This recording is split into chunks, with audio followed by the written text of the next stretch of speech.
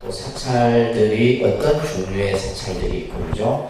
사실 이것은 어떻게 보면 우리가 절에 다니는 분들이 기본적인 이제 어떤 상식적인 내용이에요. 근데 이제 상식을 모르면 어떻게 돼요?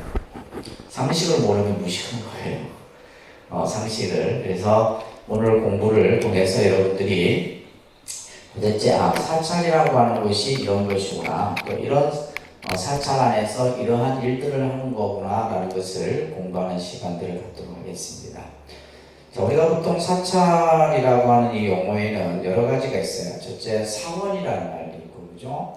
가람이라는 말이 이제 가람이라는 인도의 언어에서 이제 사용된 표현입니다. 가람. 그러니까 이제 보편적으로 이제 가장 많이 하는 것이 사죠. 무슨 사, 통도사, 해인사. 그래서 보통 이제 사찰 명칭에 붙이는 것이 이제 사자가 들어갔을 때 사람들이 절이구나, 사찰이구나 하는 것을 알 수가 있죠, 그죠? 그 다음에 이제 정사라고 하는 것을, 예를 들면 중림정사, 기원정사, 이런 정사, 이런 명칭들이 있고, 또 이제 원이라고 하는 명칭을 사용하기도 해요. 이 원자, 그래서 이 동산원자인데, 무슨 원, 이렇게 이제 사용하기도 하고, 요즘에 이제 우리 독립선언처럼 사찰 명칭에다가 선언이라는 말을 붙여요. 그래서 사람들이 선언이 뭐예요? 이렇게 이제 묻는. 그래서 이제 보통 이제 이렇게 절 이름 뒤에다가 명칭을 이렇게 붙이는 거예요. 그러니까 가장 보편적인 것은 뭐다? 사자, 그죠? 절사자인데, 그래서 이제 보시면 우리가 보통 이제 그 절 이름을 사명이라고 합니다. 뭐 회사 이름도 그죠? 이 사자는 뭐 한자로 이렇게 절사자인데 절 이름인데, 보통 이제 절 이름을 우리가 이제 짓게 될 때 우리가 이제 1000년 이상 된 절들이 있잖아요. 뭐 1000년, 장유사 같은 경우도 뭐 1000년 이상 된 절이에요. 그래서 원래 장유사도 이 장유라고 하는 이 한자가 원래 이렇게 써져야 돼요. 장유. 이 유자가 놀유자예요. 근데 지금 보면 장유 지명이 뭐냐면 이렇게 돼 있어요. 있을 유자. 아무 뜻이 없어. 이건 왜 그러냐면 중간에 잘못된 거예요. 잘못 표기가 됐는데 지금 이제 우리는 이렇게 써버리고 있는 거예요. 장유라고 하는. 왜 그러면 장유냐라고 했을 때 말 그대로 이제 김해 같은 경우는 김해의 그 역사가 이제 김수로와 허황우의 역사가 있죠, 그죠? 그냥 설화입니다, 설화. 그래서 인도에서 이제 배를 타고 허황우가 들어오죠. 들어올 때 이제 많은 경전과 불상을 가지고, 실제 여러분들 이 장유가 다 바다였어요. 바다였던 거 아세요? 원래 김해가 바다입니다. 김해가 바다인데 이게 이제 수천 년이 지나면서 이게 이제 무트로 이렇게 변한 건데, 그래서 예전에 보면 저쪽 아마 유라 쪽에 가면 수상 마을이 있어요. 옛날. 그게 이제 우리가 수상 가옥들 있잖아요. 그런 흔적이 남아 있어요. 그래서 이 허황우가 이제 인도에서 들어오면서 이제 불상이라든지 또 여러 이제 불교 관련된 것들을 가지고 오죠. 근데 이미 이제 이때 누구랑 같이 오냐면 오빠였던 장유화상이 오빠입니다. 허황우의 오빠. 그러니까 장유화상이 이제 같이 와서 이제 이 장유화상과 더불어서 이제 당시 7명의 아들 왕자가 있었는데 다 출가를 하죠. 그래서 이제 장유화상이 오랫동안 이곳에서 머물렀다 해서 이 장유예요. 그러니까 장유화상의 그 명칭에서 사실 시작이 된 건데, 근데 이게 이제 오랫동안 이곳에서 머물렀다는 뜻이에요. 놀유자가. 그러니까 있을 유자가 잘못된 거죠, 사실. 근데 뭐. 그래서 나중에 그래서 이제 장유왕이라고 하는 이제 절 이름이 만들어진 거고, 그리고 이제 일곱 왕자가 어디에서 깨달음을 얻냐면 저 하동 칠부라는 쪽에 칠불이라는 말이 일곱 부처가 나타난 말이에요. 그래서 다 연결되어 있는 그런 이제 보통 우리가 사적의 그런 기록들이 나와요. 그렇듯이 이제 이런 사명들 같은 경우, 예를 들면 우리가 통도사 같은 경우도 이제 그죠? 이것은 어떤 통도사가 가지고 있는 정신 또 그 어떤 의미 속에서 통도사, 해인사는 이제 또 부처님 어떤 그 진리를 근본으로 해서 해인이라고 하는, 그래서 화엄경에 해인산매라고 하는 명칭이 나오는데 거기에서 이제 해인이라. 그래서 이제 사찰마다 이제 이런 절 이름들이. 그래서 저희 이제 예를 들면 독립선언 같은 경우도 사실은 제가 이 절을 짓기 전에 어떤 분이 나중에 스님 절을 지으면 꼭 이 오동나무 동자예요. 오동나무 동자를 꼭 쓰라고 하더라고. 이 절을 짓기도 전에 예전에 이제 터를 딱 보러 왔었는데 이 터가 아주 훌륭한 터라고, 이곳은 사찰이 들어와야 되는 터라.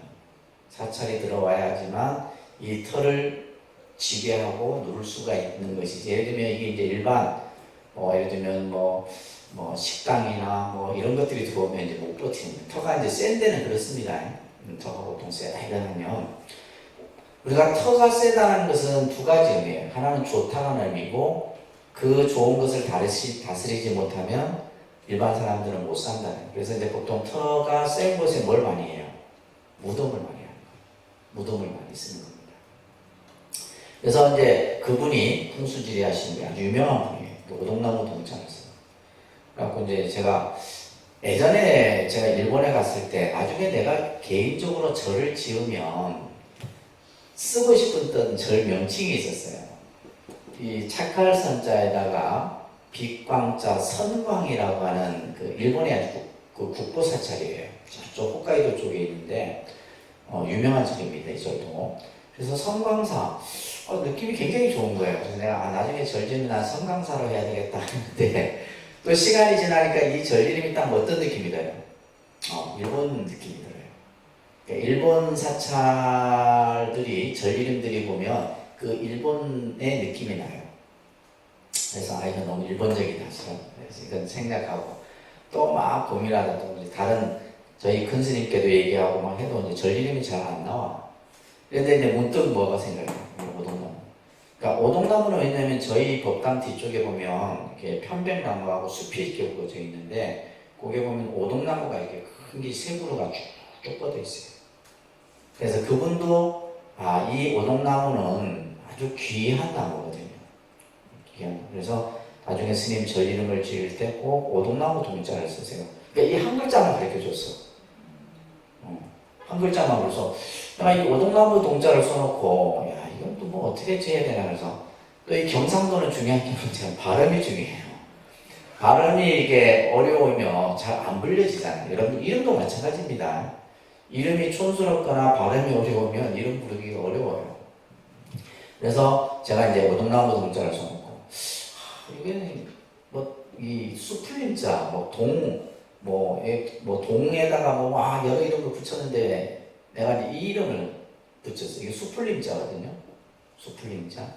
그래서 독림하니까 발음도 괜찮고 괜찮아요. 그죠? 그래갖고 이제 도대체 우리나라의 독림사라고 이렇게 했을 때는 도대체 독림사가 몇 개가 있는가 네이버 검색하면 다 나옵니다. 좀 검색을 했더니 김해에 독림사가 있어요. 그러니까 우리 한글 발음사. 근데 그 독림사는 동력동자를 써요. 동력동자. 이렇게 동력동자를 써요. 그래서 독림사. 그래도 제가 근데 사자는 좀 붙이기 싫었어요. 왜? 시대에 맞게끔 절 이름도 지어야 되겠다 싶어서 사자는 별로 제가 좀 일단 제외를 시키고 독립정사가 됐든 예를 들면 뭘 뒤에 붙여야 되는데 저는 처음부터 이 절을 지을 때 수행공간이라는 개념에서 선언이라는 말을, 그래서 요즘에 이제 안국선언, 능인선언, 선언이 대세예요. 요즘 사찰들이. 그러니까 여러분들이 잘 모르지. 그래서 이제 D는 선언이라고 이제 정해놓고, 그래서 그 다음에 또 이제 독림선언 했더니 강원도 월정사에 독림선언이 있어요. 봤더니 뭐냐면 동력동자를 쓰는 거예요. 다행히. 이 오동나무 동자를 쓰고 좋다. 또 검색을 막 또 해봤어요. 했더니 독림선언이 딱 있어요. 오동나무 동자에 수풀림자를 써서 선언이라고 하는 독림선언. 어디에 있냐 봤더니요. 신라시대 때 있었던 절이에요. 어디에 있냐면 저 전라도. 근데 절은 없어요. 이제 폐사지라고 해요. 절터만 남아있고 아무것도. 지금 우리 장유사 올라가다 보면 절터가 하나 발견돼 있어요. 절터가 발견된 거 아세요? 그 절터가 신라시대 때 절터랍니다. 그래서 이제 막 지금 발굴 조사 중에 있는 걸로 알고 있는데, 그러니까 그 전라도에 있는 독림선언도 절터만 남아있고, 그러니까 기록에 뭐냐면 독림선언이라는 기록이 남아있어요. 어떤 스님이 이 절을 만들었다라는 기록까지 남아있어요. 야, 그럼 이게 딱 맞겠다 싶어서, 그래서 이제 제가 이 절 이름을 사명을 독림선언이라. 그러니까 예를 들면 이제 절 우리가 사명을 지을 때도 이제 여러 가지 이런 이제 그죠? 때로는 이제 산명을 가지고 바로 하기도 해요. 뭐 예를 들면 산이 구룡산이에요. 그러면 절 이름도 구룡사 이런 식으로 한다든지. 땅, 지명, 어떤 설화 이런 것들을 기본으로 해서 절 이름을 짓는다. 아시겠죠? 그래서 독림선언이 어떻게 된 거 잘 기억하셔요? 그래서 이제 여기 교재도 보시면 부처님 당시에는 처음에 이 사찰이라는 것은 가람이라는 말로 쓰여져요. 그래서 승가람마라는 이제 인도 범어를 줄여서 승가람마. 예를 들면 이제 요즘 보니까 유치원 이름도 간혹 보면 가람 유치원이 있더라고요. 그래서 원장이 이 가람이라는 말을 어떻게 지었는가 아주 궁금하더라고요. 예, 유치원 이름이 가람 유치원이 있더라고요. 그래서 승가람마를 줄여서 뭐라 한다? 가람이라 한다. 그래서 이것을 번역하면 뭐예요? 중원이라고 해요. 그러니까 중원. 그러니까 중원. 무리중자 동산원자에서 중원이다. 이 말은 뭐냐 하면 여러 사람이 모여 사는 곳이다. 여러 사람들이 모여서 수행하는 곳을 이제 우리가 중원이라고 해요. 그러면 이제 사찰이라는 것은 뭐냐 하면 많은 사람들이 함께 모여서 수행하는 장소가 바로 사찰이다 이런 뜻이에요. 아시겠죠? 알겠습니까? 그래서 사찰은 먼저 우리가 이제 부처님을 모시죠, 그죠? 부처님을 모시고 또 그곳에서 스님들이 수행한다라는 뜻에서 따라합니다. 사찰은 자, 큰 소리로 사찰은 부처님과 부처님의 진리와 부처님의 가르침을 따르는 스님들이 상주하는 곳이며 불제자들이 모여서 삼보를 호지하고 수행하며 불법을 널리 펴서 중생을 제도하는 전법도량이 바로 사찰의 기능이다. 요 개념 안에 이제 사찰이라고 하는 것은 첫째, 삼보가 있는 곳이에요. 부처님과 부처님의 가르침과 부처님의 가르침을 따르는 승가가 있기 때문에 사찰이라고 하는 곳에는 뭐가 있다? 삼보가 존재하는 곳이다. 그렇기 때문에 이 사찰이라는 공간은 뭐냐면 성스러운 공간이고 청정한 공간이어야 돼요. 그래서 삼보가 있고 그 삼보의 가르침을 여러분들이 그것을 배우고 때로는 지키고 때로는 부처님의 가르침을 펴는 그러한 전법의 기능을 하는 곳이 바로 사찰이다. 이런 이제 얘기를 우리가 정리할 수가 있습니다. 자, 이러한 사찰에는 두 가지 유형이 있어요. 첫 번째, 아란냐라고 하는 형태가 있어요. 아란냐.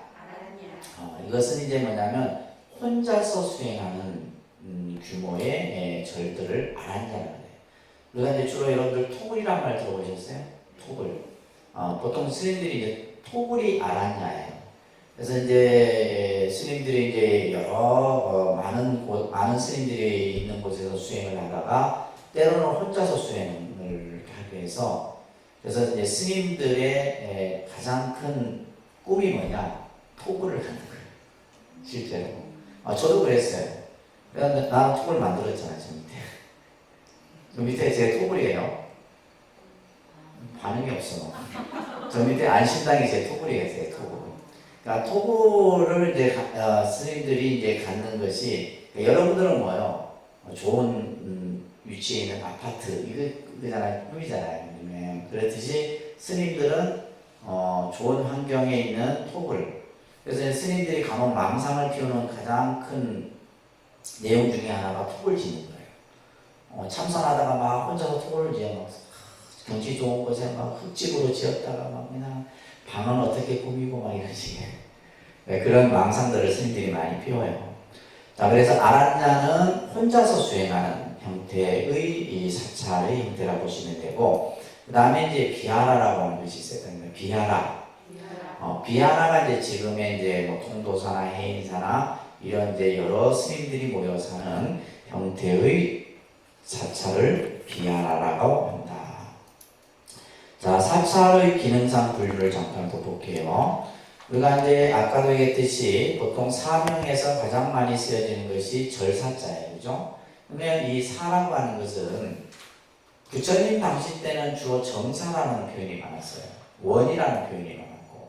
그런데 이제 불교가 중국에 건너오면서 이 사라는 명칭이 되고 소림사라든지 그죠? 중국의 최초의 절이 백마사 뭐 이런 이제 사자를 붙이게 되는데 이 사라고 하는 것이 이제 그 중국의 불교를 전래했던 분들이 이제 인도의 스님들입니다. 인도의 스님들이 실크로드를 타고 중국으로 건너가요. 그래서 이제 중국의 입장에서 봤을 때는 외국인이잖아요. 근데 이분들을 모셨던 공간이 바로 뭐냐면 요즘 말로 하면 외국 사신들을 모시는 그런 관청이었어요. 근데 그 관청의 명칭이 사라는 명칭을 붙였어요. 그래서 이제 그 이후로 사찰을 대부분 이제 사라는 명칭을 붙이게 된 거예요. 그래서 처음 이제 그 외국에 스님을 모셨던 그 관청이 홍로사라고 하는 관청이었는데 이 홍로사라고 하는 사를 이제 따서 이제 중국의 절들이 세워지면서 사라는 명칭이 사용됐다. 이거 꼭 기억하세요. 아시겠죠? 그 다음에 이제 총림이라고 하는 형태의 사찰이 있는데 총림은 말 그대로 이제 스님들이 많이 모여서 수행하는 말 그대로 종합 수행 도량이다라고 보시면 돼요. 이제 통도사, 뭐 해인사 이런 데는 다 총림입니다. 그래서 이제 총림에는 그러니까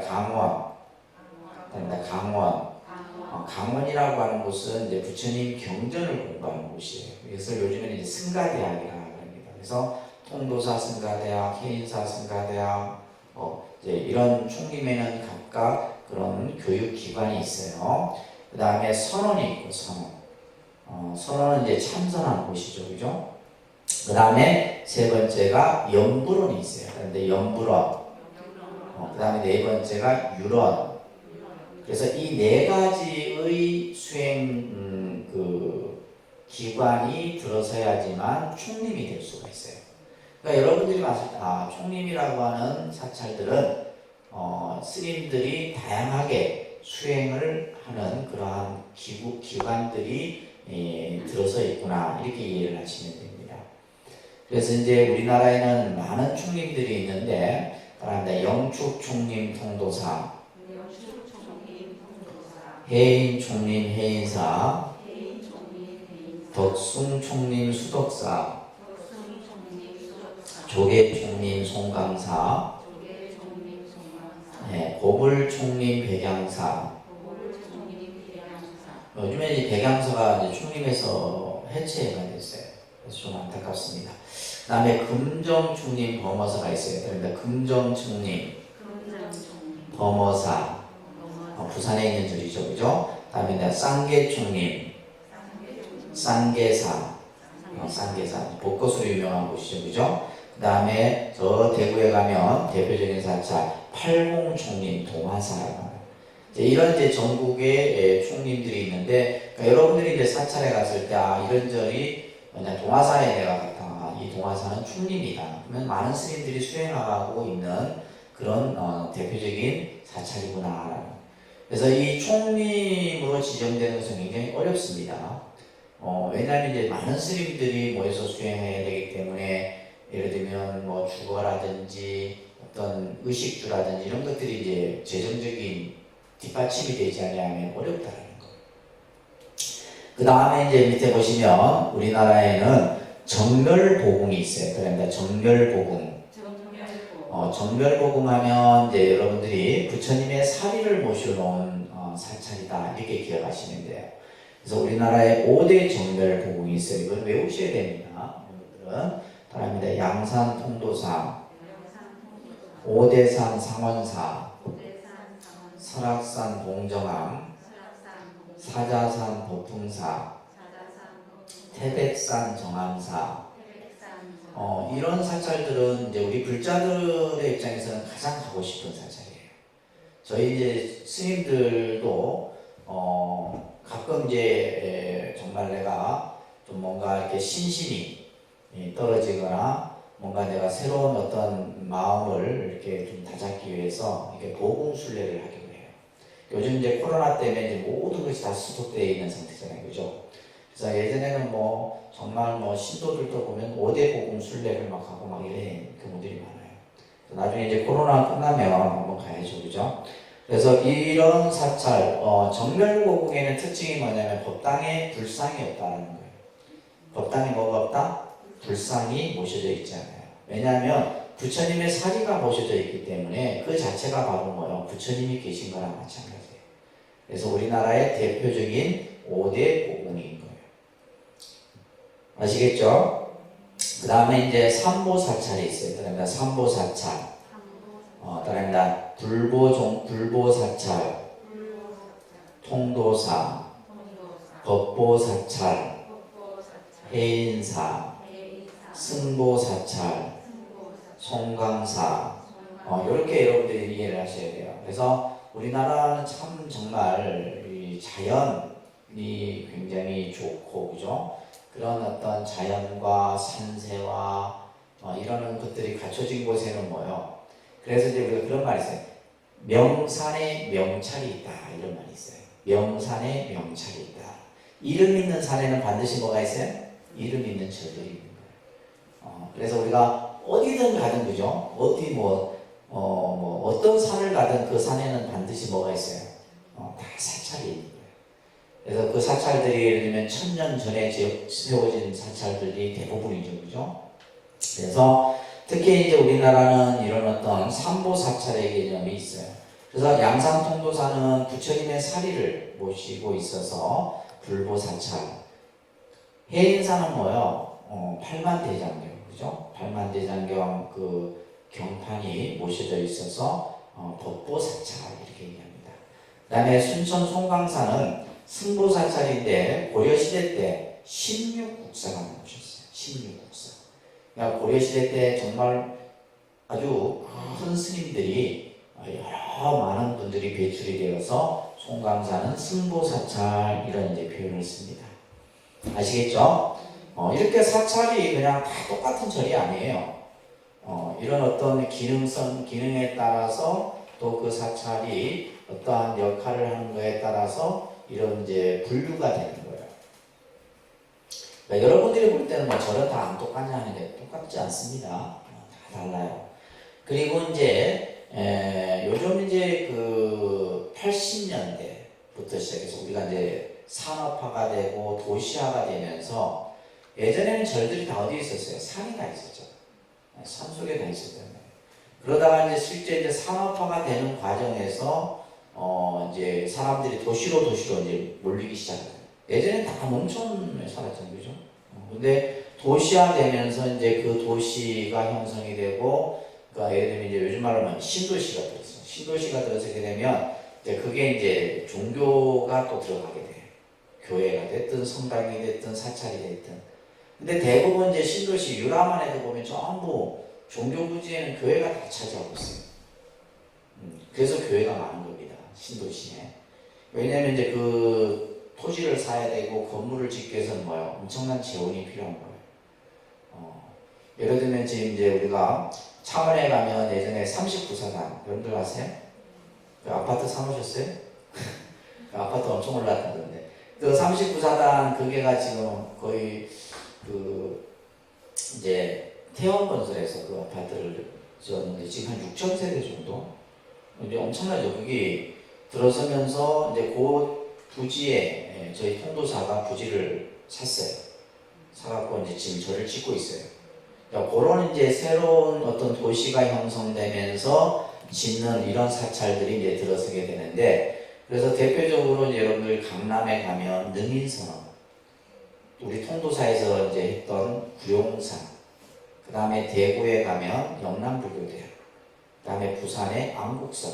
이제 이런 절들이 80년대 후반부터 시작됩니다. 그러다가 이제 90년대, 2000년대 되게 되면 이제 이런 것들이 막 우후죽순처럼 막 일어납니다. 일어나다가 이제 지금 이제 세워지는 것은 거의 이제 어떻게 보면 끝물이라고 볼 수 있죠. 지금은 이제 절 짓기가 어려운 거예요, 사실은. 절 짓기가. 저도 정말 운이 좋았던 거죠. 이걸 짓는 건. 운이 좋았던 건데, 아무튼 어렵습니다. 그래서 보통 우리가 이제 도시에 세워지는 절들을 포교당이라고 해요. 포교당. 들어보셨죠? 포교당이에요. 말 그대로 그러면 도시에 있는 사찰의 기능은 뭐냐면 포교를 하기 위한 기능이다. 포교를 하는 기능인데, 우리 이제 통도사 같은 경우는 일제시대 때, 우리가 일제 36년 일제 강점기 시대를 맞이하면서 그때 이제 우리나라가 뭐냐면 개화기를 맞이하잖아요. 서구에서 많은 문물들이 들어오고, 그죠?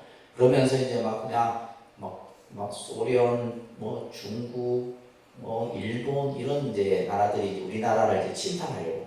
결국 그래서 일본이 차지했지만은 이제 그런 과정 속에서 이제 일본의 불교가 들어오게 돼요, 우리나라. 일본의 불교가 들어오면서 그러면서 이제 우리나라 불교가 조금씩 변하는 거예요. 산중 불교에서 도시화 불교로 바뀌는 그런 과정들이 있습니다. 그러다가 아까 얘기했듯이 이제 80년대, 90년대에 이제 들어서면서 근데 이제 우리 통도사에 큰 스님이 계세요. 통도사. 일제 시대 때 통도사 주지를 하시던 분이에요. 이 스님이 우리가 나라를 빼앗긴 것은 배우지 못했기 때문이다.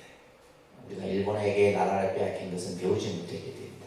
그래서 어릴 때부터 교육을 해야 된다 해서 도시에 지금 예를 들면 창원, 마산, 창녕, 울산, 언양, 양산, 울주 이런 이제 이쪽 지역에 당시 약 한 20개 정도의 뭘 지어요? 포교당을 세우고 그 포교당에는 반드시 뭘 세냐면 유치원을 건립을 해요. 그래서 이제 여러분들 혹시 들어보냐면 마산에 가면 대자유치원 들어보셨어요? 마산에 안 살아봐서 모르는구나. 마산에 가면 대자유치원이라는 유치원이 있는데 이 유치원이 지금 100년 정도 됐어요. 역사가 100년 정도 돼서 불교 유치원으로서는 이 첫 번째예요. 1호. 그러니까 우리나라 사립 유치원으로 치면 두 번째. 강릉에 있는 유치원이 첫 번째고 강릉의 유치원도 불교 유치원이에요. 그래서 이 마산의 대자유치원이라고 하는 유치원이 지금도 이제 있죠. 제가 이제 80년대 후반에 있을 때만 해도 엄청났어요. 그러니까 쉽게 말해서 마산의 유지들은 다 유치원 출신이에요. 그래 보시면 됩니다. 이거 역사가 100년 가까이 됐으니까. 그래서 울산에 가면 또 동국유치원이라는 유치원이 있는데 그것도 일제시대에 된 거죠. 그러니까 이렇게 이제 우리가 눈 밝은 스님들은 이미 시대를 내다본 거예요. 내다봐서 그 이제 이 포교당들을 세워서 포교당의 역할이 뭐냐면 첫째는 교육이었어요. 교육이었고 두 번째는 구휼 사업이었어요. 가난하고 헐벗고 못 먹는 사람들에게 사찰이 요즘 말로 하면 불우이웃돕기 자선 사업이었어요. 이런 것을 사찰이 하도록 만들었다는 거예요. 이게 포교당입니다. 그래서 마산에 가면 마산 포교당, 제가 이제 주지로 있을 때가 창원 포교당이에요. 창원 포교당. 근데 창원 포교당에 내가 한 10년이 있습니다. 창원 포교당은 유치원이 없어. 창원 포교당 왜 마산도 유치원이 있고 울산에도 있고 있는데 왜 창원은 없어? 그랬더니 그때는 창원은 조그만한 시골이었어요. 시골. 그러니까 지금 우리 창원역 있죠. 그 창원역 정도의 마을만 있었고 지금 창원 여러분들 한 70년대 때만 봐도 허업을 팔렸던 거예요. 이제 그러니까 마을을 이루고 있었던 데가 그 창원역을 중심으로 한 북동시장하고 그 다음에 상남동 중심으로 한 상남시장 그 정도만 마을이 있었지 없었어요. 그때 땅을 다 사놨어요. 그러니까 이게 다 앞을 못 내다보는 거예요. 그래갖고 허업을 파니 그러니까 이제 예를 들면 제가 마산에 있을 때만 해도 이쪽 경제 중심은 마산이었어요. 그때 당시 뭐가 있었냐면 한일합성도 있었고, 한일합성이 이게 교대 근무를 하잖아요. 엄청납니다, 인원이. 그래서 그때 제가 마산에 살 때만 해도 지금의 창동거리 이런 데 사람을 못 다닐 정도였어요. 그랬죠, 그죠? 그런 기억나세요? 제가 88년부터 해서 한 8년 정도 마산에 살았었는데, 그때는 창문을, 시내를 못 다닐 정도로 그러다가 이제 이 경제 중심이 이제 창문으로 딱 넘으면서 마산이 죽어버린 거지. 그리고 이제 그 창원에서 또 다시 어디로 넘어와요? 장유 유라 쪽으로 또 넘어온 거지. 결국 그래서 장유 유라도 보면 뭐 전부 이제 직장 생활은 창원에서 다 하잖아요. 이제 이렇게 되면서 그러다 보니까 이제 창원 포교랑 같은 경우는 유치원을 굳이 할 필요가 없어요. 사람이 살지 않아요. 그러다 보니까 이제 마산 포교단 같은 경우는 이제 모든 경제 중심이고 사람들이 모여 사는 곳이다 보니까 그게 이제 유치원을 세우고 있던 거예요. 자, 그러면서 이제 지금의 우리 독립선언이라든지 이제 몇 개 새롭게 만들어진 이런 절들이 전부 뭐예요? 이런 예전에 이제 포교당의 어떤 역할. 그래서 이제 요즘에는 이제 포교당에다 얘기 안 하고 전법도량이라 그럽니다. 무슨 도량이요? 전법도량. 그러니까 명칭도 자꾸 바뀌어가는 거예요. 그래서 부처님의 법을 전하는 전법도량으로서의 저희 독립선언이 그러한 사찰의 역할과 기능을 가지고 있다고 이해하시면 됩니다. 아셨죠? 자, 그리고 우리나라는 전체 이제 25개 본사가 있어요. 통도사, 해인사, 송강사, 수덕사, 백양사 등등 큰 절이 25개예요. 그러면 통도사가 소속된 절이 몇 개냐면 해외까지 하면 150개 정도. 150개. 그다음에 이제 실제 우리가 이제 김해나 마산 이쪽은 범어사가 관할군이에요. 그래서 범어사 절이 많습니다. 장유사, 성주사 다 뭐예요? 범어사 절이에요. 무슨 말인지 이해되시죠? 근데 우리가 예를 들면 통도사는 어디냐면 울산, 밀양, 그 다음에 울주, 양산, 창녕. 그러니까 통도사가 희한하게 저 의령까지도 통도사가 관할 권역이에요. 그러니까 창녕, 의령까지에 있는 절들이 대부분 보면 통도사 절들이에요. 이런 식으로 이제 이것도 이제 일제시대 때 이렇게 구분을 해놓은 건데, 지금도 이제 우리가 그 시스템을 그대로 쓰고 있다. 그래서 이제 이러한 사찰들이, 굉장히 이제 어떤 예전부터 이런 어떤 시스템을 갖추고, 만들어졌다라고 보면 됩니다. 제가 이런 얘기를 드리는 것은 여러분들이 이제 불교, 단순히 교리만 공부하는 것이 아니라 지금 시대의 변화, 어떤 상황 속에서 사찰하면 그냥 우리는 다 뭐 똑같은 절이고 그러지 않나는데 달라요. 그 사찰이 어떤 사찰인가에 따라서 보여지는 모습이 다릅니다. 예를 들면 통도사는 15교구입니다. 몇 교구요? 15교구. 그래서 본사 이렇게 얘기해요. 15교구 본사, 통도사 이렇게 합니다. 15교구 본사, 통도사. 예를 들면 범어사는 14교구, 쌍계사는 13교구, 해인사는 12교구 이런 식으로 나눠져요.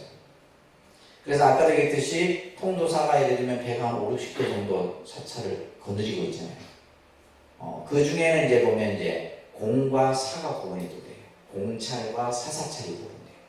이제 공찰은 뭐냐면 임기가 바뀌는 절이고, 사사찰은 뭐냐면 임기가 안 바뀌는 절이고, 장기 집권할 수 있는. 독립선언은 뭐요? 장기 집권이 가능하죠. 제가 이제 창원에 있었던 그 절은 공찰이라서 4년마다 이제 임명장을 다시 받거나 재임을 하거나, 그래서 보통 8년 이상은 잘 안 줍니다.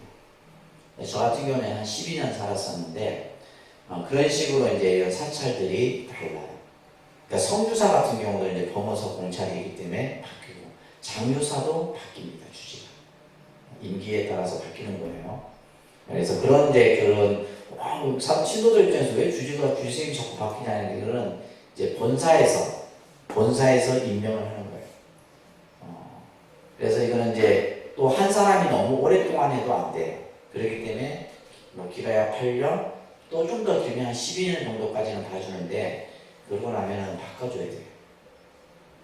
바꿔줘야 되는데 왜 그러냐면 스님들이 이제 누구나 한 번씩 경험을 해봐야 되잖아요. 주지를 해봐야 되는데 절은 한정돼 있고 스님들은 수백 명이고 이러다 보니까 이제 이 인적 순환이 안 되는 거예요. 그러다 보니까 이제 그때 상황에 따라서 바꿔주게 된다는 것.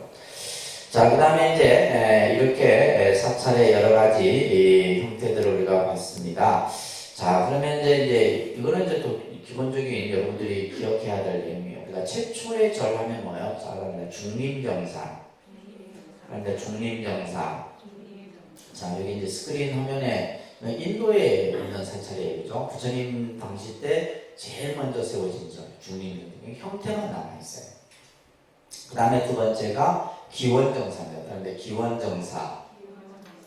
그래서 부처님이 가장 오랫동안 머물렀던 이 사찰이 중림정사하고 기원정사. 그러니까 인도에 가면 지금은 이렇게 이제 터만 남아있어요. 이렇게 터만 남아있는 모습입니다. 그리고 이제 중국에서의 최초의 절은 그러니까 백마사. 그러니까 백마사.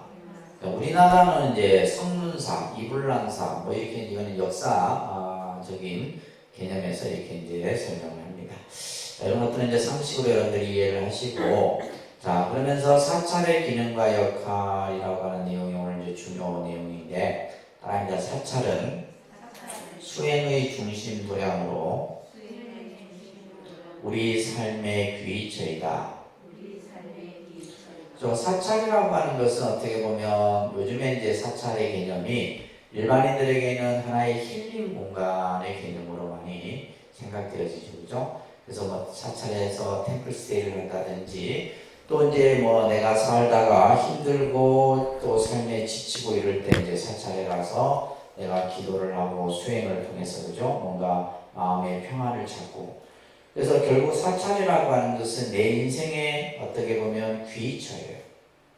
내가 마지막 어떻게 보면 의지할 곳이다라는 거예요. 그래서 이제 우리가 이 보면 사람들이 태어나서 한 생을 쭉 살아가는 모습들을 우리가 보게 되면 이제 일본 같은 경우는 태어나면 아이를 제일 먼저 어디에 데리고 가냐면 신사에 데리고 갑니다. 신사, 일본 이제 그들이 믿는 이제 신이죠, 그죠? 신사에 가서 그 아이의 건강과 앞으로의 어떤 모훈을 이제 기원드리죠. 그리고 이제 결혼을 어디서 하냐면 웃긴 게 결혼을 어디에서 하냐면 교회에서 해요. 일본이 그랬습니다. 그러니까 교회가 있는 게 아니라 그냥 호텔 안에 교회만 세워놨어요. 그러니까 문화가 그렇게 되는 거예요. 그러니까 예를 들면 이제 일본식의 그런 어떤 신사에서 결혼식을 하는 경우도 있는데 요즘 젊은이들은 보면 교회에서 해요. 근데 또 마지막에 장례는 어디서 하냐면 사찰에서 합니다. 일본은. 그래서 사찰에서 마지막 우리가 이제 요즘에 우리는 어디에 해요? 그냥 장례식장에서 하잖아요. 그러니까 80년대 때만 해도 우리는 장례를 어디서 했어요? 집에서 했었어요. 그죠? 장의사가 직접 와서 이제 뭐 이렇게 입관도 하고 살고 3일장 하고 나서 이제 장례 그죠? 화장을 가든지 뭐 그죠? 산소로 가든지 했었잖아요. 그런 것도 다 잊어졌죠. 이 실제 장례식장 문화가 만들어진 게 얼마 안 됩니다. 얼마 안 돼요. 한 채 20년, 30년. 그 전까지는 전부 집에서 이렇게 다 했었어요. 제가 저 같은 경우는 이제 뭐 이렇게 돌아가신 분들 연보를 해주러 많이 가본 경험이 있다 보니까 그런 기억들이. 그래서 어느 때부터 이제 장례식장에 들어서면서 병원에 이제 장례식장에 들어서고 하면서 바로 이제 임종하면 바로 이제 장례를 치르고 있고. 그래서 이제 일본 같은 경우는 영결식 같은 경우도 사찰에서 합니다. 사찰에서 다 하고 마지막에 이제 화장을 해서 또 사찰이 그 요즘에 낙골당 일본은 이제 땅에다 이렇게 낙골당 이렇게 비석을 세워서 하는데 그래서 사찰이 묘지를 다 가지고 있어요. 일본에는. 그래서 마지막 이제 자신의 마지막 돌아갈 곳을 사찰로 이렇게 정합니다. 일본은 그게 문화예요. 일본 문화. 그리고 이제 요즘에 이제 우리 그러다 보니까 어떻게 보면 이제 사람이 살면서 우리가 이제 태어나서 결혼을 하고 또 뭐 아이를 놓고 이렇게 하면서 마지막에 어떤 내가 정말 귀할 장소가 어디냐라고 했을 때 이제 이 사찰이라고 하는 것이 어떻게 보면 내 인생의 마지막 귀처다라는 거예요. 그러니까 살아있을 때도 마찬가지고 우리가 마지막 죽음을 맞이했을 때도 마찬가지다라는 거예요. 아시겠죠? 그 다음에 두 번째 사찰이라고 하는 것은 삼보를 모신 곳이다 그랬어요. 사찰은 어떤 곳이다? 삼보가 모셔진 곳이다. 그래서 이것은 성스러운 공간이에요. 성스러운 공간이고 청정한 공간이에요. 그 다음에 세 번째 사찰은 진리를 배우고 바른 길을 찾는 곳이다. 그렇죠? 여러분들이 이제 불교를 공부하고 또 경전을 배우고 하는 것도 뭐예요? 내가 인생의 참된 길을 찾기 위한 거예요. 그죠?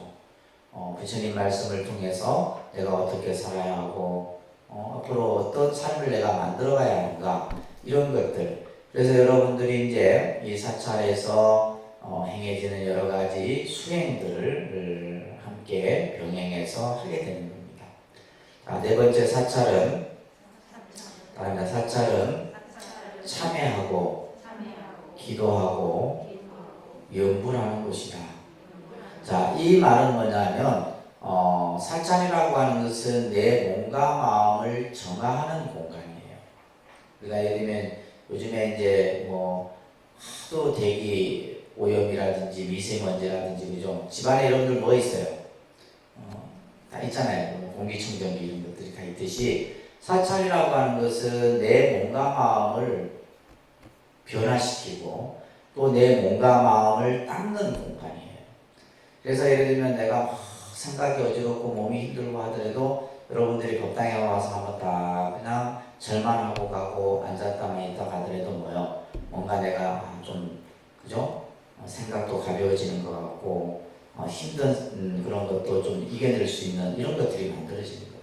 그래서 사찰이라고 하는 곳은 내 몸과 마음을 정화하는 그런 공간이에요. 아시겠죠? 그 다음에 다섯 번째 사찰은 공양을 올리고 발언하는 곳이다. 이거는 이제 어떻게 보면 사찰이라고 하는 것은 공덕을 짓는 장소다. 사찰이란 뭐다? 공덕을 짓는 장소예요. 다시 말해서 복 짓는 공간이다 이런 말이에요. 그러니까 이제 여러분들이 사실은 우리가 살면서 여러분들 하루하루 살면서 얼마만큼 복을 짓고 사세요? 사실은 우리는 복을 짓는 게 아니라 내가 가지고 있는 복을 써가면서 살아가는. 근데 이 복이 이제 그 양이 있어요. 그것을 복량이라고 해요. 뭐라 한다고요? 복량. 여러분들 복량이 얼마 있는지 모르죠? 통장에 금고만 얼마 있는지 알지? 자기 복량을 모른다. 근데 여러분들이 이제 부처님 법을 공부하고 이렇게 불자로서 삶을 살다 보면 내 복의 크기를 알게 돼요. 내 스스로. 그래서 자기의 복량이 있단 말이에요. 근데 우리는 가만히 보면 내가 요즘에 우리 신도들 봐도 그래요. 분명히 여러분들이 저래 오는 것은 복을 짓기 위해서 왔는데 보면 복을 감하고 가. 복감하는 일밖에 안 한다 이 말이에요. 복 짓는 일을 하지 않고. 그래서 우리가 이제 사찰에 내가 갈 때 내가 사찰에 가는 어떤 목적이 뭐냐? 내 복을 짓기 위한 거예요. 그래서 여러분들이 와서 봉사도 하고 뭔가 남을 위해서 희생도 하고 하는 거예요. 그래서 이제 저희가 이제 스님들도 우리가 이제 살아가는 데 있어서 가장 중요한 것이 뭐냐면, 그죠? 이 복이라고 하는 것이 이 복이 있어요. 사람이 살아가는데 여기에는 이제 뭐 인복도 있을 것이고 제복도 있을 것이고 관복도 있을 것이고 다 이게. 그래서 우리가 이제 오복이라는 개념이 있잖아요. 복이 있느냐 없느냐. 그러니까 사람을 딱 봐도 저 사람이 복이 있다 없다 보인다는 거예요. 근데 우리가 예를 들면 가난한 사람들 보면 가난하고 이렇게 막 찌들어 사는 사람들 보면 다 복이 없어요. 진짜 복이 없단 말이에요. 근데 막 베풀고 살고 뭐 예를 들면 뭐 이런 이제 재벌들 보면 딱 관상에 보면 복이 막 넘치는 거예요. 그래서 각자 사람마다 이 복이 있는데 그 복이 뭐 재복이 됐든 인복이 됐든 그런 복들을 여러분들이 다 부족하고 살아야 되는 거예요. 근데 그 복을 한 사람에게 다 주지는 않습니다. 어떤 사람은 재복이 있는 반면에 어떤 사람은 인복이 없고, 그게 다 각기 다 달라요.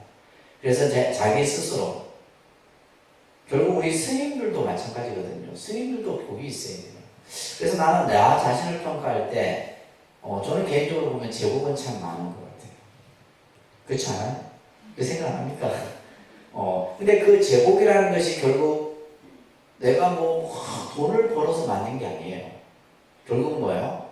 내가 그냥 수행자로서의 어떤 수행의 길을 감으로써 그 복이 만들어진 거예요. 그래서 내가 혼자도 곰곰이 생각해봤어. 내가 내 복이 어디서 만들어졌는가 이런 생각도 해봤단 말이에요. 그랬더니 이제 저 같은 경우는 이제 어렸을 때 출가를 해서 어렸을 때 고생을 굉장히 많이 했거든요. 사실 내가 고생했다면 아무도 안 믿어. 아주 온실 속에서 이렇게 막 자라는 사람처럼 정말 고생을. 그때 내가 어렸을 때 지었던 복들, 이런 그런 생각도. 또 저는 이제 한편으로 뭐냐면 이 돌아가신 영가들 있잖아요. 영가분들. 이분들이 나에게 복을 참 많이 주는 것 같다는 이런 생각이에요. 왜냐하면 제가 이제 죄를 참 많이 지냈거든요. 돌아가신 분들과 정말 엄청 많이 지냈죠. 그러니까 그분들이 나에게 보이지 않는 게 복을 만들어주는 것 같고, 또 한편으로는 저는 이제 시간만 나면 틈틈이 제가 주지지만은 제가 아침에 화장실 청소도 제가 합니다. 걸레질도 제가 하고, 때로는 마당도 쓰고. 그거 왜냐면 내가 내 복을 지키라는 거예요. 내가 내 복을 짓지 않으면, 왜냐면 복은 우리는 계속 쓰거든. 쓰면 쓴 만큼 내 복을 채워놔야 되는데 우리는 채워놓을 줄 모르는 거예요. 채워놓을 줄 모르니까 이제 복이 다 떨어지게 되는 거예요. 이제 그때부터는 이제 뭐냐면 문제가 생기는 거예요. 그래서 여러분들도 자기 자신이 얼마만큼 복을 내가 가지고 있느냐, 그 복을 내가 어떻게 쓸 거냐, 그리고 절대 중요한 것은 감복하는 행위를 해서는 안 돼요. 복감하는 짓을 해서는 안 된다 이 말이에요. 그러니까 복은 어디서 감해져요? 여러분들 말 한마디, 행동 하나, 생각 하나에서 복이 감해져요. 그래서 우리가 속담에 말 한마디에 천냥빚을 감다는 말이 그냥 생긴 게 아니에요. 말 한마디에 천냥빚을 지길 수도 있고 천냥빚을 갚기도 할 수도 있는 거예요. 근데 우리는 사람들이 그걸 모른다는 거예요. 그러다 보니까 이제 삶이 힘들어지는 거예요. 무슨 말인지 아시겠죠?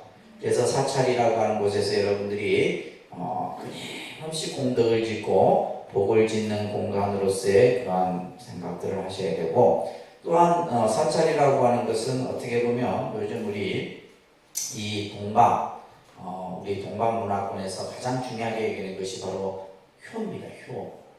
그래서 효라고 하는 것은 생전의 효가 있고 사후의 효가 있는데, 사실 가장 중요한 것은 살아있을 때 하는 것이 가장 좋죠. 그러면 이제 어떤 것이 진정한 참된 효냐라고 했을 때 사람의 마음을 기쁘게 해주는 거예요. 효가 다른 게 아니잖아요. 그죠? 부모의 마음을 기쁘게 해주는 것이 효다 이 말이에요. 그런데 이제 우리가 그 효를 다 못해. 그래서 이제 사후에라도 그 효를 실천하는 그런 역할들이 우리가 이제 절에서 돌아가신 부모에게 제를 지내고, 그죠?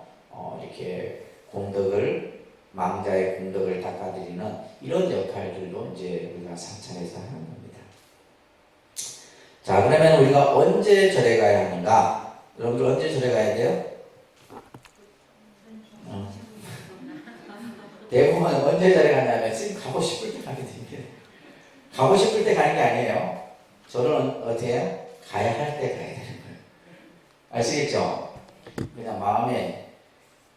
그러니까 우리가 이제 이런 개념들이 사실은 언제 절에 가야 되느냐. 그렇죠? 우리가 이제 기본적으로 우리가 이제 불교 요즘 이제 현대의 불교에서는 기본적으로 사제 제일에 이제 참석해야 됩니다, 사실은.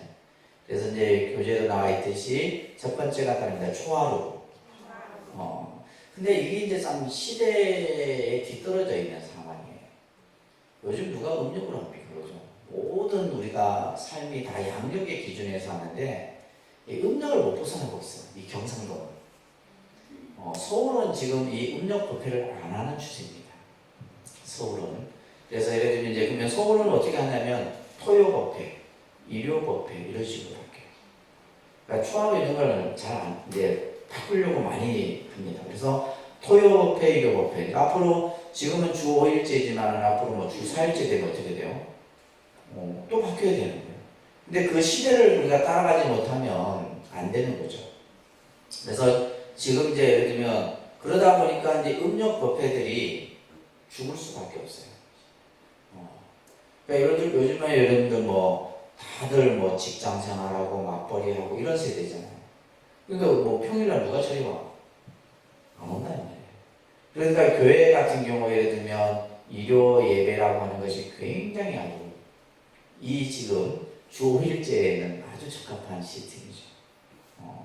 그래서 이제 그렇지만 아직까지는 뭐예요? 우리가 다른 데 초하루, 보름, 지장제일, 관음제일 여기에다가 저희가 이제 음력 8일 약사제일이라고 하는 제일을 저희 독립선언에서는 또 합니다. 음력 8일 약사제일. 그래서 약사제일은 말 그대로 이제 몸이 아프거나 이렇게 가족 중에 또 아픈 그런 경우에 이제 약사제일 때 이제 약사기도를 하고 하죠. 그래서 보통 이제 정기법회를 기본적으로 하고 그 다음에 이제 명절 이럴 때 이제 우리가 4대 기념일이라고 해요, 그죠? 이런 것들을 여러분들이 좀 챙기시고 하셔야 됩니다. 이 법회가 이제 사실은 이 법회마다 의미가 있어요. 우리가 보통 이제 초하루는 신중기도를 합니다. 신중기도. 신중기도는 이제 우리가 여러분들 법당에 들어오시면 쪽 오른쪽에 이제 이렇게 무섭게 생기신 분들 있죠. 요분들을 이제 신중이라 그래요. 신중. 그래서 보통 한 분 한 분을 얘기할 때는 신장이라 그러고 이 신장들이 여럿이 모여 있는 경우를 그래서 신중이라는 것을 저단을 이제 신중단이라 합니다. 무슨 단요? 신중단. 그래서 이제 저분들의 역할은 뭐냐면 부처님 불법을 옹호하고 또 부처님 법을 믿는 이들을 항상 지켜주는, 그러니까 호법의 그런 어떤 선신들이에요. 그러니까 이제 흔히 이제 여러분들 저기에는 이제 인도신, 중국신, 그다음에 우리나라에서 이제 오래전부터 우리 민족과 함께 왔던 그런 신들. 그러니까 대표적인 우리나라 신하면 산신, 용왕, 칠성 이런 신들이 있죠. 그런 분들을 전부 이렇게 모시고, 이분들이 이제 정한부 부처님께 귀의를 해서 부처님 불법을 옹호할 것이고 부처님 법을 믿는 이들을 항상 지켜줄 것을 이제 서원했던 분들이에요. 그래서 저희가 이제 한 달 첫 시작하는 음력에 이제 신중 기도를 이렇게 공연합니다. 그래서 이 초하루 기도는 뭐 절에 좀 다녀온 분들은 빠지지 않고 꼭 가요, 그죠? 참 그것도 신기해. 평상시는 안 오는데도 초하루 기도는 안 잊어버리고 또 와요. 그래서 사찰마다 이제 제일 많이 절에 오는 날이 이제 초하루 기도죠, 그죠? 그 다음에 이제 음력 보름을 보통 보름 기도다 얘기를 하는데 여기에다 이제 인등이라는 말을 붙여서 여러분들 인등 기도라고도 합니다. 그래서 이 보름 때는 이제 주로 부처님 불단에 이제 24시간 항상 켜놓는 인등 올리신 분들을 위해서 늘 축원을 해줍니다. 그래서 인등 이제 올린 분들을 위해서 기도 축원을 올리는 기도가 바로 보름 인등 기도입니다. 아시겠죠? 그 다음에 이제 음력으로 18일이 이제 지장제일. 아까 이제 음력 8일이 무슨 제일? 약사제일. 그래서 약사제일은 이제 몸이 아프고 건강한.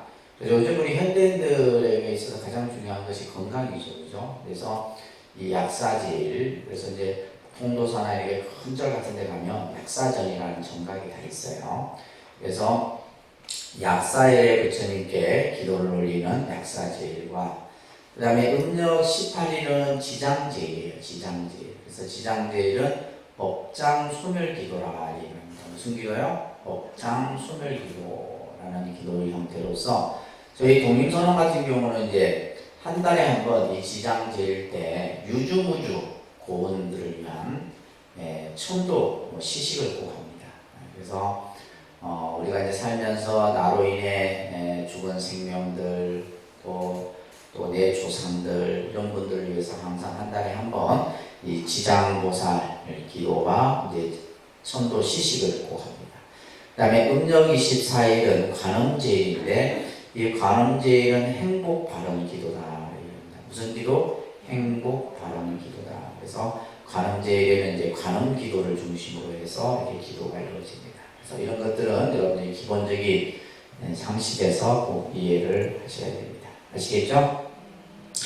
자, 이러한 이제 여러 가지 사찰의 개념과 또 이렇게 사찰의 내용, 또 그 다음에 우리가 언제 절에 가야 되느냐 이런 말씀들을 드렸는데, 자, 지금 이제 제가 이제 이 글자를 한 장 써드릴 건데, 우리가 이제 부처님과의 만남을 불연이라고 합니다. 불연. 부처님과의 인연이죠, 그죠? 불교와의 인연이라고도 할 수 있고, 부처님과의 인연을 이제 불연이다. 그래서 불교에서는 모든 우리가 살아가는 데 나타나는 모든 모습들이 전부 인연법이다라고 얘기해요. 무슨 법이요? 인연법이에요. 여러분들이 뭐 결혼을 해서 남편을 만난 것도 인연법이고, 사실은 또 자식이 여러분들과 만남을 통해서 아버지 어머니가 되는 그 인연 또한 인연법이에요.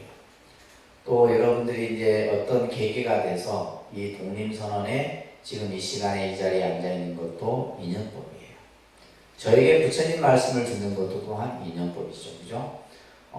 우리 생각해 보세요. 수많은 지역이 있고, 그죠? 수많은 사찰이 있고, 수많은 사람이 있고, 그런데 이제 우리가 이제 불교에서 옷깃만 스쳐도 500생 인연이다 이런 얘기예요. 옷깃만 스쳐도 500생 인연이라는 것은 500번 나고 죽고 하면서 좋은 인연이든 나쁜 인연이든 만나야 돼요.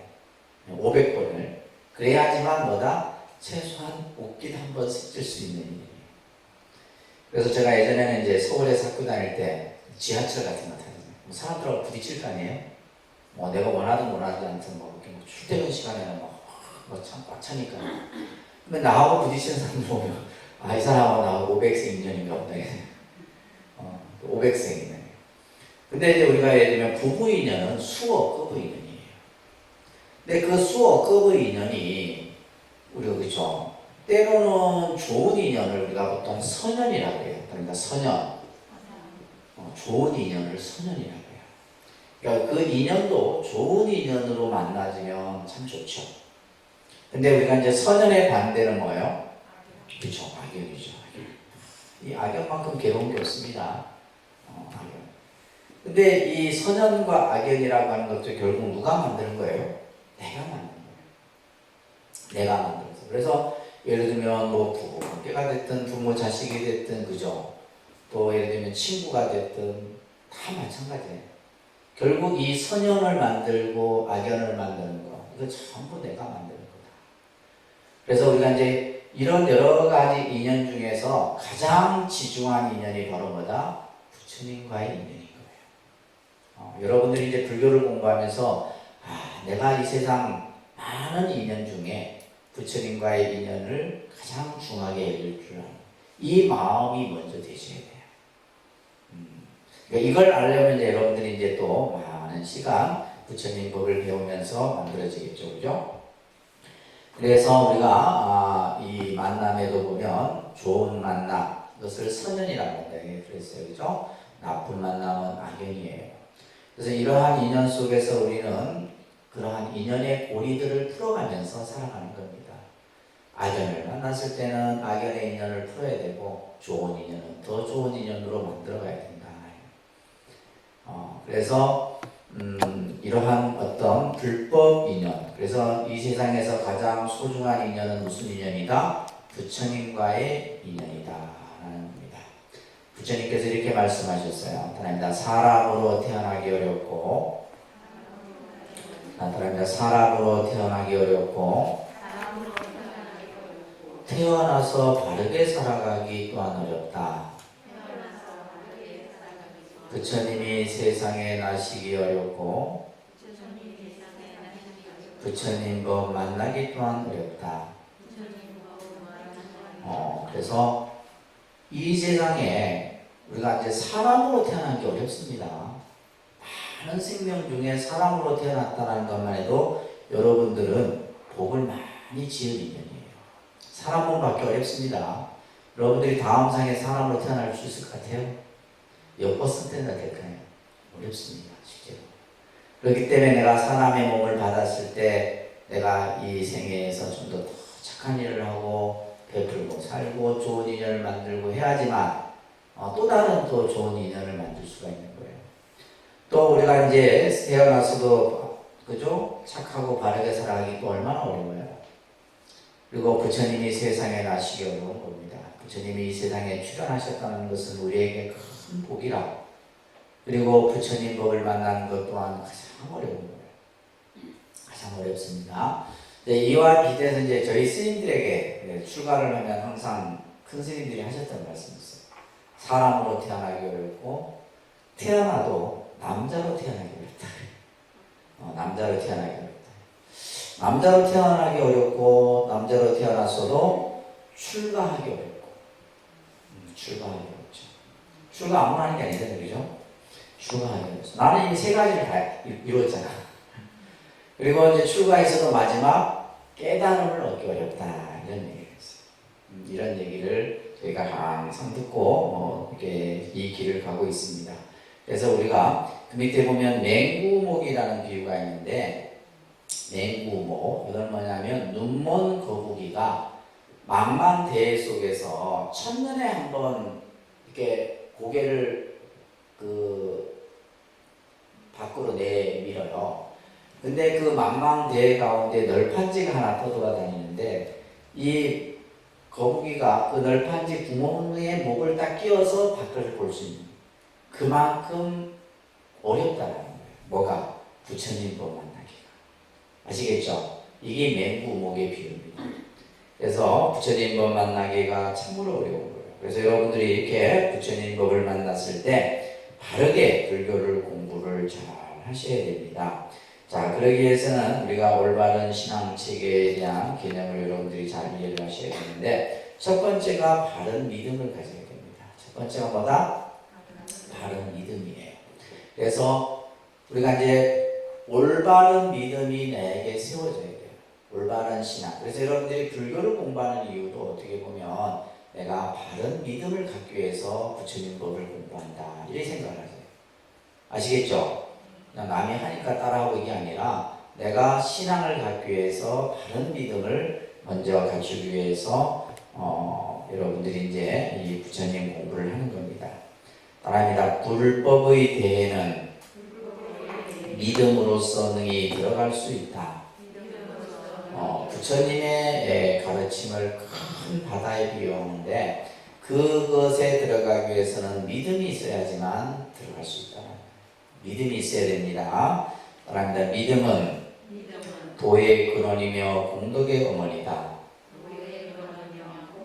그러므로 믿음은 일체 선법을 만든다. 그죠? 믿음이 모든 거예요.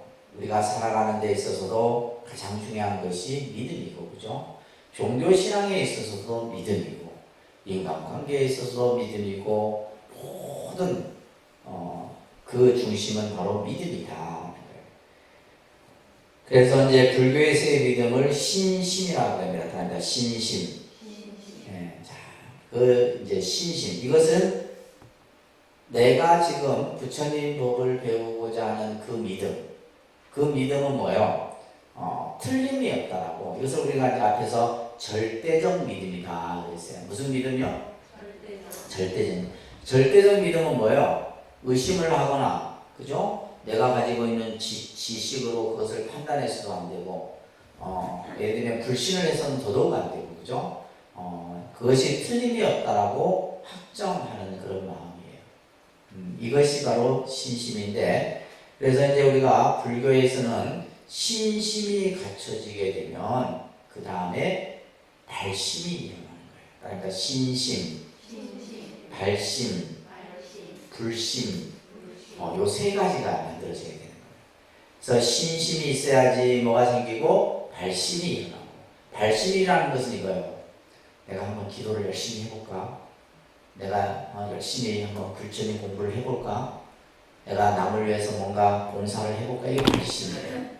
그러니까 어떤 마음의 동기를 만들어내는 것, 이게 발심입니다. 아셨죠? 그래서 발심이 돼야 돼요. 그 발심이라는 것이 결국 신심이 있어야지만 발심이 된다 이 말이에요. 그러니까 신심이 없는 사람에게는 발심이 안 일어나요. 발심이 안 일어납니다. 그래서 이제 신심을 증장시키기 위해서 여러분들이 하는 것이 바로 뭐요? 신앙생활입니다. 내가 절에 와서 기도하고 수행하고 하는 그러한 신앙 행위를 통해서 신심이 만들어지고, 그래서 이제 우리가 이제 신심 중에 절집안에서 이런 말을 말뚝신심이라는 말이 있어요. 말뚝신심 들어보셨어요? 말뚝신심. 말뚝신심이 뭐냐면 평소에는 뭐 열심히 잘 안 해요. 잘하다가 어느 날 갑자기 그냥 내가 3000배 해볼까 하면 이런 생각 드는 거죠. 말뚝신심이에요. 근데 그 신심도 좋다 이 말이에요. 그래서 이제 신심을 통해서 발심이 일어나고 그 신심과 발심이 갖춰진 마음을 뭐라 한다? 불심이라 한다. 예를 들면 뭐 절에 간다고 불심이 있는 게 아닙니다. 절에 간다고 불심이 있는 게 아니고 신심과 발심이 갖춰져야지만 된다는 겁니다. 자, 여러분들 보시면 저 열방명에 나오는 말씀을 우리가 잠깐 한번 볼게요. 그럽니다. 믿음은 있으나 이해가 없다면 무명을 중장하고, 이해는 있으나 믿음이 없다면 잘못된 견해가 등장한다. 원만한 믿음과 올바른 이해를 통해서만 비로소 실천행의 근본을 이룬다. 자, 우리가 예를 들면 믿음은 있는데 이해가 없다. 자, 여기서 이제 무명을 증장한다고 했는데, 이것은 예를 들면 쉽게 이거예요. 옛날 여러분들 어머니 세대들이 여기에 해당돼요. 믿음은 투철하죠. 믿음은 신심은 막 그냥 여러분들이 따라갈 수가 없어. 절에 가는 날은 얼마나 정성을 들이고, 그죠? 그래서 근데 그분들은 뭐냐면 불교가 뭔지 아무것도 몰라. 절에 가서 절을 왜 하는지도 모르고 부처님께 공양을 왜 올려야 되는지도 몰라. 그냥 뭐예요? 하면 좋다 하니까 하는 거예요. 그러다 보면 뭐에 빠지기 쉽냐면 맹신에 빠지기 쉬운 거예요. 이 맹신은 뭐예요? 맹목적인 믿음이에요. 이건 바람직하지 않죠, 그죠? 그러니까 예를 들면 좀 믿음도 갖추고 불교에 대한 이해도 있어야 되는데, 옛날 분들은 뭐냐면 믿음은 있는데 불교에 대한 이해가 부족해. 그러다 보니까 뭐예요? 맹목적인 믿음. 이게 굉장히 사실 뭐 나쁘다고는 할 수 없어요. 근데 이게 잘못되게 되면, 그죠? 말 그대로 이제 어떤 종교에 그냥 너무 빠져버리게 되는 거예요. 이런 조금 안 좋은 면도 나타날 수가 있는 거예요. 자, 그런데 이해는 있어. 말은 뭐예요? 불교에 대해서 너무 많이 알아. 공부도 하고, 공부 몇 년도 하고, 경도 보고 이랬더니 불교에 절에 한 30년, 40년 다니면 우리가 이제 그런 분들 뭘 하냐면, 30년, 40년 다니면 제대로 이렇게 불교 신자로서의 그런 어떤 모습을 보여야 되는데, 그런 분들이 많지가 않거든요. 절에 오래 다니다 보면 안 좋게 답변해요. 안 좋게 답변해요. 왜 안 좋게 변할까요? 그건 불교를 잘못 믿었기 때문이에요. 그러니까 스스로 항상 자기를 성찰하고 이렇게 살펴야 되는데, 그냥 절에 다니는 것이 주 목적인 거야. 이제 그러다 보면 이제 나중에 이제 그런 분들을 뭐라 하냐면 절도깨비다. 절도깨비 되면 안 됩니다. 절도깨비 되면 절대 안 돼. 그래서 그냥 그러다 보니까 이제 우리가 예를 들면 절에 30년, 40년 다녀도 자녀들에게 불교에 대한 좋은 이미지를 하나도 못 심어. 자기 혼자만 열심히 다니는 거지. 막 저래 막 그냥. 그죠? 그리고 막 집에서는 뭐 승질 다 내고 막 그냥. 잔소리 다 하고 이러니까 누가 뭐 하겠어요. 또 절에 와서는 막 이제 텃세 부리고 뭐 이래 버리면 골치 아픈 거예요. 그래서 이해는 있으나 믿음이 없어. 이걸 요즘 여러분들 얘기하는 거예요. 막 들은 거는 많아. 아이고 뭐 절이 어떻고 뭐 불교가 어떻고 근데 뭐가 없어? 신심이 없어요. 그러니까 이건 뭐냐면 잘못된 견해가 등장한다라고 하는 것은 뭐냐면 이것은 이제 이거는 이제 미신에 빠질 수가 있어요. 미신. 여러분들 미신이 뭔지 아세요? 예를 들면 우리가 뭐 미신 이런 말들을 하는데 사실 이 미신의 개념을 일반 사람들이 잘 정확하게 이해를 못해요. 이게 전부 다 한자어입니다. 한자어. 한글로 써서 그냥 한글 읽는 건데 한자어예요. 미신이라는 것은 이거예요. 이 미자가 미혹할 미자예요. 미혹하다. 그러니까 이 미자는 뭐냐면 캄캄한 상태를 말하는 미신. 근데 예를 들면 우리가 뭐 점을 보러 간다든가 굿을 한다든가 예를 들면 그죠? 옛날 어른들이 이제 장독대 위에 이렇게 정성을 들이고 이런 미신 아니에요. 그분들은 확실한 믿음을 가지고 그런 행위를 하는 거예요. 근데 이 미신이 뭐냐면 내가 절에 가면 잘 될까? 기도하면 잘 될까? 기도한다고 뭐가 이루어질까? 이게 미신이에요. 미신의 개념을 우리가 잘못 이해를 하고 있단 말이에요. 무슨 말인지 아시겠어요? 그래서 이 미신이라는 것은 내 믿음이 불명확한 것을 미신이라는 거예요. 그러니까 요즘 사람들은 절에 다니면서 전부 다 미신 믿고 있는 거예요. 여러분들이 미신에 빠져 있다 이 말이에요. 내가 부처님 법을 다 배우면 부처님의 가르침에 따라서 내 삶이 나아질 것이라는 확신이 있어야 되는데 그것이 없는 거예요. 내가 기도를 하면 기도가 성취된다라는 뭐가 있어야 돼요? 확신이 있어야 되는데 그게 없는 거예요. 그거 없으니까 그게 바로 미신인 거죠. 미신에 빠지면 안 됩니다.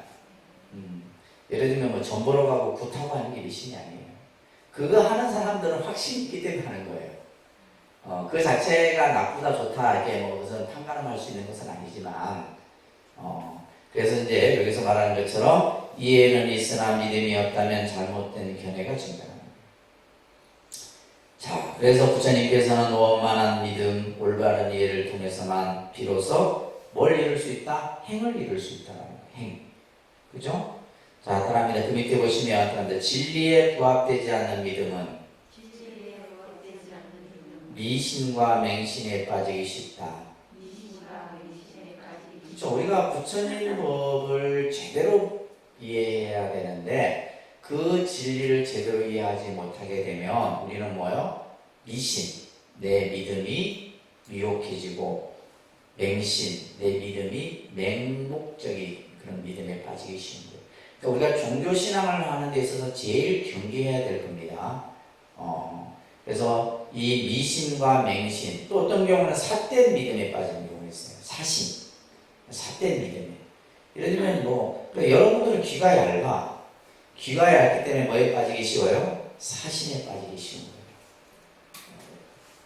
그래서 여러분들이 정말 귀가 스스로 얇은 거 잘 모르죠? 얇은 거.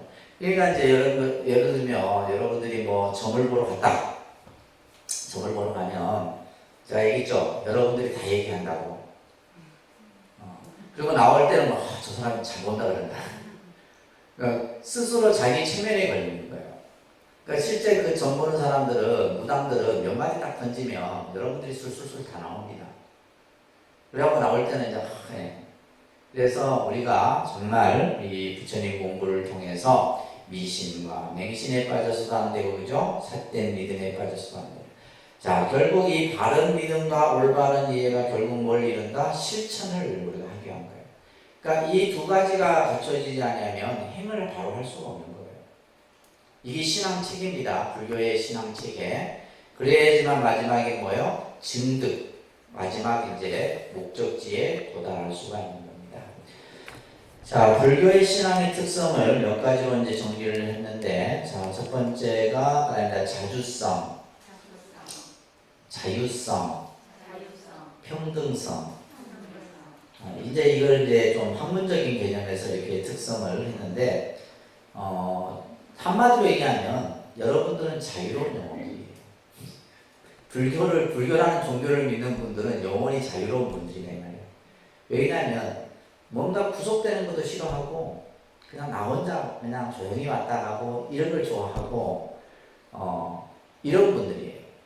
근데 이제 우리가 자 보세요. 자주성이라고 하는 것은 사실은 모든 것이 내가 스스로 짓고 내가 스스로 받는 거예요. 그죠? 내가 스스로 결정하고 내가 모든 것을 책임지는 거예요. 이 신앙의 자유성. 그러니까 누가 뭐 대신해 주고 누가 뭐 나를 뭐 해치고 이런 개념이 아닙니다. 또한 자유성이라고 하는 것은 우리가 해탈과 열반을 증득하는 것이 불교신앙의 목적인 거죠. 그죠? 또한 평등성이라고 하는 것은 모든 일체 중생은 다 깨달음을 얻을 수 있다라고 하는 그 불성이라는 것을 가지고 있다라고 하는 것이죠. 자, 이런 특성들을 바탕으로 해서 여러분들이 이제 꼭 기억해야 될 것이 신앙의 목적입니다. 내가 왜 절에 나가고 왜 불교를 공부하고 그죠? 이 목적이 분명해야 된다. 이거 꼭 기억하셔야 돼요. 첫째는 뭐예요? 나를 찾기 위한 것이다. 그죠? 나를 찾기 위한 목적이 바로 불교 신앙의 가장 중요한 개념이에요. 그래서 나를 찾는다라는 말이 아직까지는 무슨 말인지 이해가 안 되실 거예요. 그래서 불교라는 공부를 통해서 그러니까 이제 많은 다양한 경전이나 또 강의를 통해서 결국 우리는 여러분들이 생각하는 나는 내가 아니에요. 이 말의 의미가 좀 어렵게 느끼실 건데 거울에 비춰진 내 모습, 우리는 이 형상을 가지고 나라 생각하잖아요. 또 생각하고 있는 이 생각을 가지고 나라는데 이게 나가 아니다. 그러면 이것은 그냥 허상에 불과한 거예요. 허상에 불과한 거고 내가 일으키는 생각은 이것은 뭐예요? 보고 듣고 하는 그런 의식 속에서 만들어진 모습일 뿐이다. 그래서 이제 우리가 끊임없이 불교라는 종교를 얘기할 때 나를 찾는 공부다 이런 표현을 써요. 그죠? 나를 찾는 공부다. 그래서 우리는 요즘 현대인들에게 자아상실의 시대예요. 자아상실. 나를 잃고 살아가는 그냥 어떤 일에 또 내가 이루고자 하는 어떤 목적에 그게만 두고 그러니까 나중에는 뭐가 돼요? 공허해지는 거죠. 공허해지다 보니까 뭐가 생기는 거예요?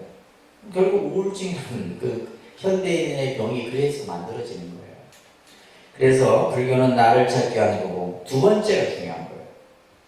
신앙의 목적, 나 자신을 변화시키는 거예요. 신앙의 목적은 뭐라고요? 나 자신. 그러니까 예를 들면 신앙을 가진 사람과 가지지 않는 사람은 달라야 돼요. 뭐가 달라야 되면 생각이 달라야 되고 행동이 달라야 되고 모든 게 달라야 돼요. 근데 예를 들면 내가 절에 다니기 전이나 아까도 얘기했죠. 절에 다니고 나서도 이상해지면 곤란합니다. 절에 다니지 마세요. 내가 더 이상하게 막 그냥 난폭해지고 막 그냥 막 뭐 이상하게 바뀌면 이거는 잘못된 거예요.